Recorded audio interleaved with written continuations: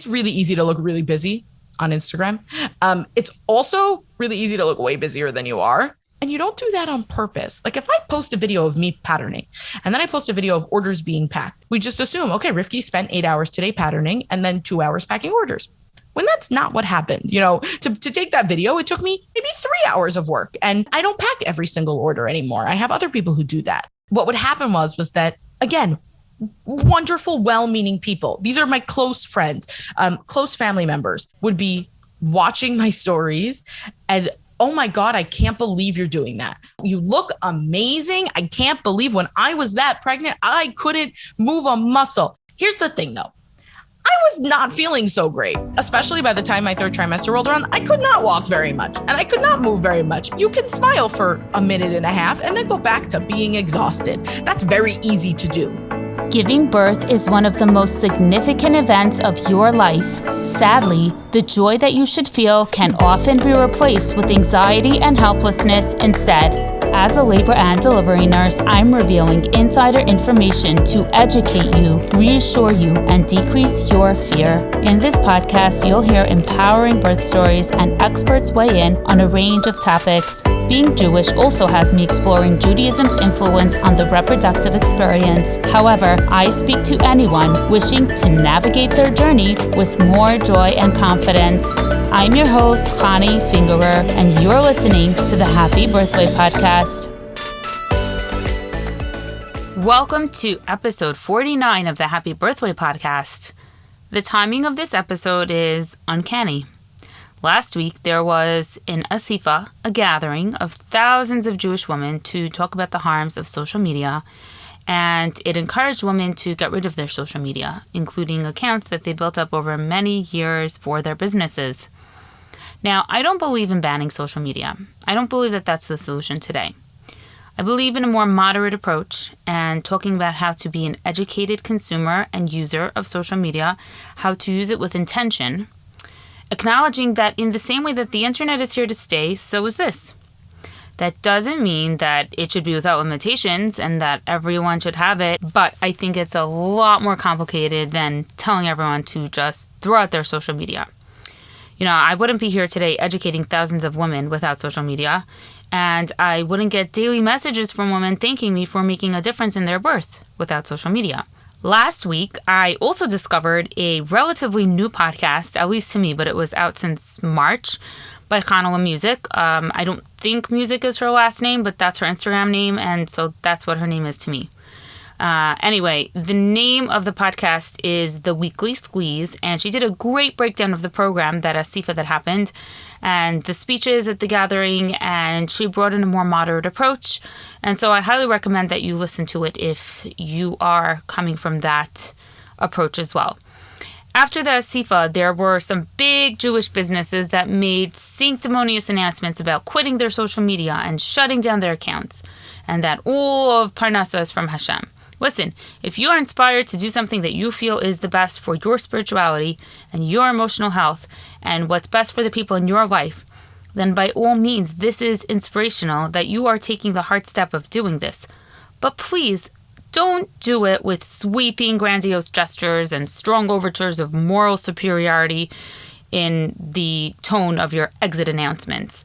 This week, I'm interviewing Rivki Itzkowitz of Impact Fashion about how and what she chose to share about her life, namely her first pregnancy, on her social media account. And Rivki made choices to keep most of these parts of her life private, and she examines her values that drove her to do so. But what I find inspirational about her is that she does it in a non-threatening manner and gives space and acceptance for all of those who do choose to share more. She understands that everyone has different characteristics that may motivate their approach on social media, and we get deep into the pitfalls of social media and highlight all the ways that the internet is fake. Rivki is the epitome of moderation, and we should all learn from her. I want to also remind you that my 20% off discount to the After the Birth online course is almost up, so make sure to grab it now. It's over on June 30th. If you're less than 32 weeks pregnant, but you still want to lock in this great price, then email me after you've purchased it, and I will delay your access so that you have it during the time that you need it for. So use code SUMMER to get the discount, and it's over on June 30th. So hurry. You can find the link in my episode show notes, or you can just go to youleditacademy.com/store. And listen, my friends, I thought about it a lot. Social media is a tool, like driving a car. If you think about it, cars are terribly dangerous machines capable of doing horrific damage to human life. But we're not getting rid of cars. Instead, we have speed limitations, driver's license requirements, and training, seatbelts, car seats, car safety features, etc. Can you get terribly hurt by a car? Yes, you most certainly can. Will you stop using a car? I mean, technically you can, but you probably won't, because you're still at risk of getting hurt because everyone around you is still using a car. And you will also encounter great difficulty getting to and from places because we are living in a modern urban infrastructure that depends on automobile travel.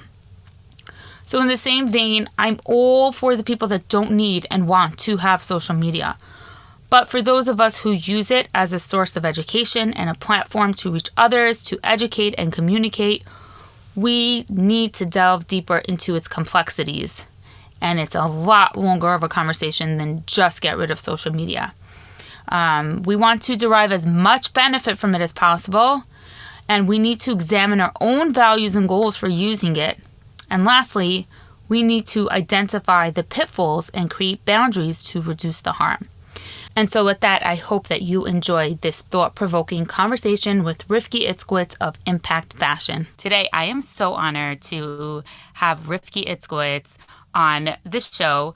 Rivki is actually has her own podcast, the Be Impactful podcast, and I have listened to it so many times, and I just love it. It's so professional. And when I started my podcast, I was able to take some of the things that hello Rivki, I'm just going to introduce you. I'm going to refer to you as you from here on. And Rivki, I just really love the quality of your podcast. I love the content of your podcast. It's incredible. It is so interesting. You have phenomenal guests. And I need to just tell you, when I found out that you were not like someone in your 40s, I was shocked. No, but you have like an old soul in terms of... Thank you. I take that as a very high compliment. Thank you very much. Thank you for having me. I never saw you. Okay. So I can't tell you that like I knew, thought you were in your 40s and I saw you, but just the content, the way you speak, the things you say, they're all absolutely just, I'm awed. They're absolutely incredible. And I have a lot Okay, guys, show's over. I'm leaving now. No, but really, I have to just tell you that right off the bat, because now I'm getting to tell you that finally. So it's an honor to have you on the show, and I would love for you to introduce yourself and let us know what you do besides for the podcast. And I'm assuming that the podcast was kind of like an extension to what you do. Yeah, it definitely was. So hi, everyone. First of all, thank you so much for having me, Hani. My name is Rivki Itzkowitz. I'm a fashion designer. My company is called Impact Fashion, and it's a line of modest clothes available in sizes 2 through 24. And the thing that I really want to do with my clothing line, and that I'm working on doing every day, is that I want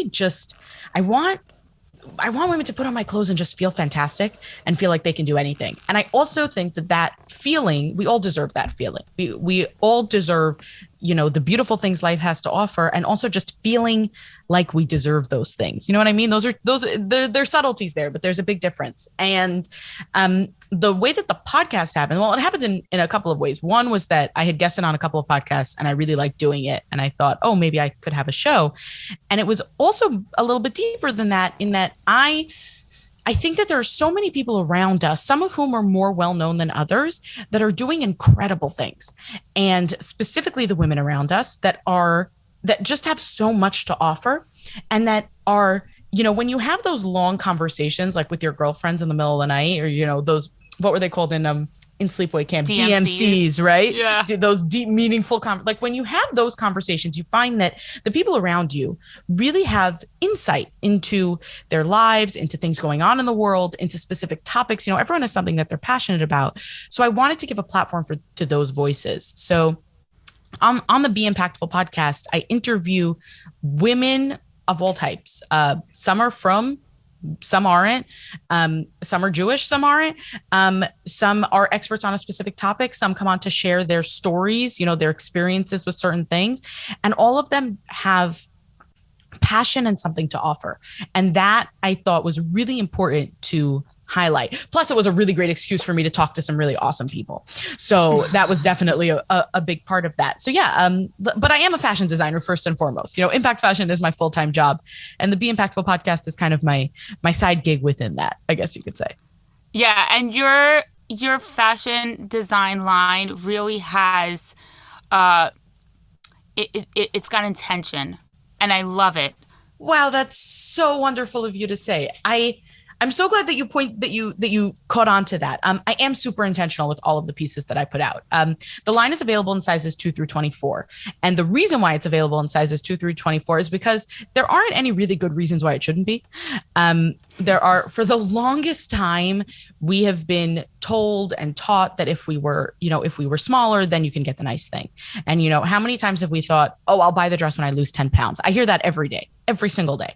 And to me, it was important to show not only, by the way, if you wear a size 24, you deserve to have a nice dress, but by the way, if you wear a size 24, you can look freaking amazing in a really nice dress, or, a skirt, a top, whatever it is. So I think that also because over the last probably like maybe 5 to 10 years, there has been a proliferation of modest fashion lines. And I think that's a wonderful thing. I really, really do. I also happen to know or have observed that a lot of these lines are started by people who don't necessarily have a strong technical fashion background. They might not have necessarily had the education on how to properly construct, design, and engineer a garment so that it fits properly on any size body, let alone a regular body that has like rolls and bumps and all that jazz. And that's not to say that there's malice there. I don't think that there's malice there. I think there's ignorance. And I've always been passionate about fashion design. I've been sewing since I'm 10. So for me, as someone who was trying to shop modest lines to from lines, and pretty much always worn, I've fluctuated, but I've always worn between like a size 8 and 14. And at those sizes, once you hit like a size 10, 12, it's really difficult to shop a lot of modest lines because they tend to run really, really small. And again, I don't think that that's malicious. I think that it's ignorant. And when you see that happening again and again, it's, well, I, first of all, love fashion design. But more importantly than that, I think is I'm a couture trained dressmaker, seamstress, and pattern maker. I know how to construct a garment. I know how to sew, I know how to put pieces together that actually fit properly. And that was really, the big part of it. That was really what I set out to do, was to create this line that not only was inclusive, because anyone can make their piece, their pieces available up to whatever size they want, but that was engineered properly, but that was put together properly so that the pieces really look good on all of those sizes. And that's what Impact Fashion is really all about. And that's what I do over there. That is like a huge feat to accomplish. I have to say, you gave me a lot of insight into that, like the structure and looking good. And it's just not like a cookie cutter, let's just take the same exact size 2 and make it a size 24 and expect that it'll fit in the same exact way. Yeah, because it won't. The main difference in the way that I design my line versus how a lot of other people design their lines is that I design from the middle. So what most people do is that they'll start with a size 2, and then they'll it's called grading when you make a pattern from one size to another. So they'll start with a size 2, then they'll grade it up to a 4, then to a 6, then to an 8, and they'll go however high they want to go. When I design from the middle. So when I make the patterns, I fit them on myself. I currently wear a size 12. So because I'm designing from the middle, when I grade up, it's closer, so when I'm going from a size 12 to a size 24, I'm only jumping 6 sizes, aside from the fact that the truth is, and I mean, if Khani, I know that you've heard me say this a million times, your body shape is much more important than your size. Your size and size and shape are not the same thing. If you picture a circle and a square, and if I want to cover the square with the circle. So if I put the circle over the square and, event and if they're both the same size, meaning the square's got a 4-inch side, the circle's got a 4-inch diameter. What's it called? Yeah, diameter. Then you'll still see the corners of the square sticking out around the circle. Now, if I make that circle bigger, eventually it will cover the entire square, but it will never have nice, sharp, square corners because it's not a square, it's a circle. Now, even if that square, let's say that square is, I don't know, in a dressing room, and it tries on a circle, and the square looks at the circle and goes, this doesn't fit, this is awful. So the square goes home, and the square, I don't know, cuts out sugar and goes on a juice cleanse and cuts out flour and goes completely gluten-free, and the square becomes smaller. If the square goes back to that dressing room and tries on another circle, still not going to fit because it's still a circle. It still doesn't have those lovely sharp corners that we love about squares. So if you understood the difference between designing and dressing for body shape versus body size, because you can really make anything in size, but it's shape that really matters, then that's when you really get into the pieces that make you feel fantastic. And every brand, every company designs for a different shape and has a different like base person that they're thinking of. Now, for the longest time, the base person that every single company was thinking of was, yes, super small, but also super straight. They weren't really thinking of curves. So if you had like a little bit of a belly, or if you were a little bit bigger on top, or if you had a very tiny waist and like proportionally even button boobs. Can I say button boobs on this podcast? Oh yeah. Just checking. Just checking. Then, if you're proportionate that way, then it still wouldn't fit properly. So that's where the real design background is so important, because with that real design background, I know how to engineer shapes that work on different body types. And so that the same garment can look amazing on different body shapes. And yeah, then I make it in a lot of sizes, but it's really the base shape that you're starting with that gets that something that's really special. My gosh, engineering. I've never heard that term used in relation to engineering fashion, but like, this is mind blowing. This is, it's just so interesting for me to learn. And actually, my teenager is really interested in fashion and design and all that. So one day she's going to have to apprentice you. I'll hook her up. Don't worry. Oh yeah, be your intern, get you some coffee, and then you'll, my intern's pattern. I teach my interns. It's a real thing. But see, the thing that's really tied into all of this also is that when you don't have clothes that work for you, and literally all of fashion has decided that you are not worthy of being dressed because you're above a certain size or you don't fit a body shape, that does weird things to your psyche. That messes with your head. And especially when that's happening at a young age. And the truth is that, I know, listen, this is the Happy Birthway podcast. What we're really here to talk about is when I was pregnant. And I found that at the same time, it was very strange because I wasn't necessarily looking to be in maternity clothes. I wasn't looking to be in, tents and just like draped in fabric. That's not my style. It's not really what I wear. I wasn't looking to be in anything like super skin tight either. And finding things that worked for me was hard, but I managed it. But what really threw me, can we talk about the body comments? How come all of a sudden when you get pregnant? So exactly. So of course you're on the Happy Birthway podcast, not just for your fashion, although I think it's like totally worthwhile, but you just recently had your first pregnancy and birth. And that was great to find out. And nobody knew about it on social media. Yeah, that was awesome. And what was so awesome is I've been following you forever. And then I got an email from you that you gave birth, and my heart just swelled with joy, and it was so beautiful. And I'm so happy to have you here and talk about all of that, especially being somebody who has a public platform on social media and navigating that entire area. And it's not simple. As someone who has that too, I have to think really consciously and then always afraid that what I said and what I